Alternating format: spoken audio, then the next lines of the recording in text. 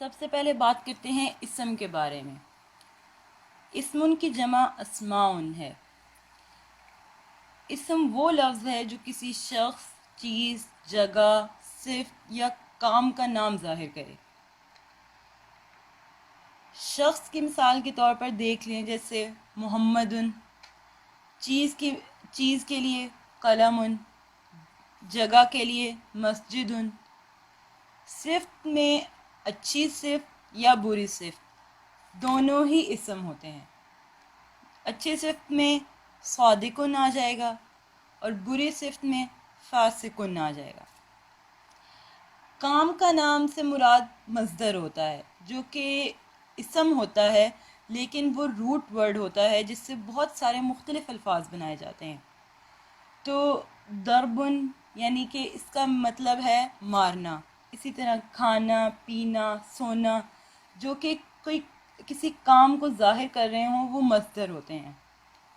مصدر کو آپ اس طرح سمجھ لیں جیسے ایک لکڑی ہے، لیکن جب فرنیچر اس لکڑی سے بنایا جاتا ہے تو اس ہی ایک لکڑی سے بہت مختلف قسم کی چیزیں بنائی جاتی ہیں، اور ہر ایک کا مختلف نام ہوتا ہے۔ کوئی بیڈ، کوئی الماری، کوئی ڈریسنگ ٹیبل، اس طرح سے۔ اسی طرح سے مصدر بھی ہے۔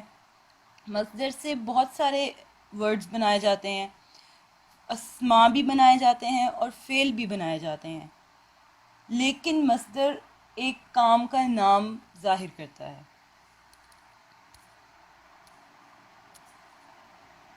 یہ تو ہو گئی اسم کی تعریف۔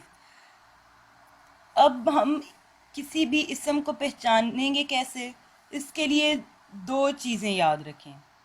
کوئی بھی لفظ جس کے شروع میں الف لام آ جائے وہ لازماً اسم ہوگا، جیسے الکتاب، القلم۔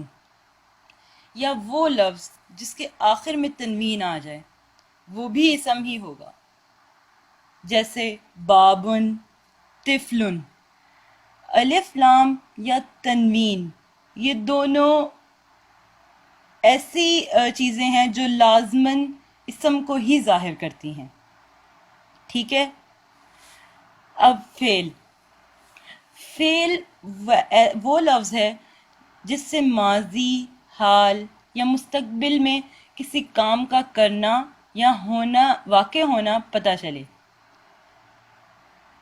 اب مصدر اور فعل میں فرق یہ ہے، مصدر بھی کام کا نام ہے، فعل میں بھی کام آ رہا ہے، لیکن مصدر اور فعل میں یہ فرق ہے کہ فعل میں زمانے کا پتہ چلتا ہے، یہ کام ماضی میں ہوا، حال میں ہو رہا ہے یا مستقبل میں ہوگا، جبکہ مصدر صرف کام کا نام ہے، وہ ظاہر کرتا ہے کہ یہ کام ہے، لیکن کب ہوا، کب ہوگا، کب ہو رہا ہے، ایسا کچھ اس میں پتہ نہیں چلتا۔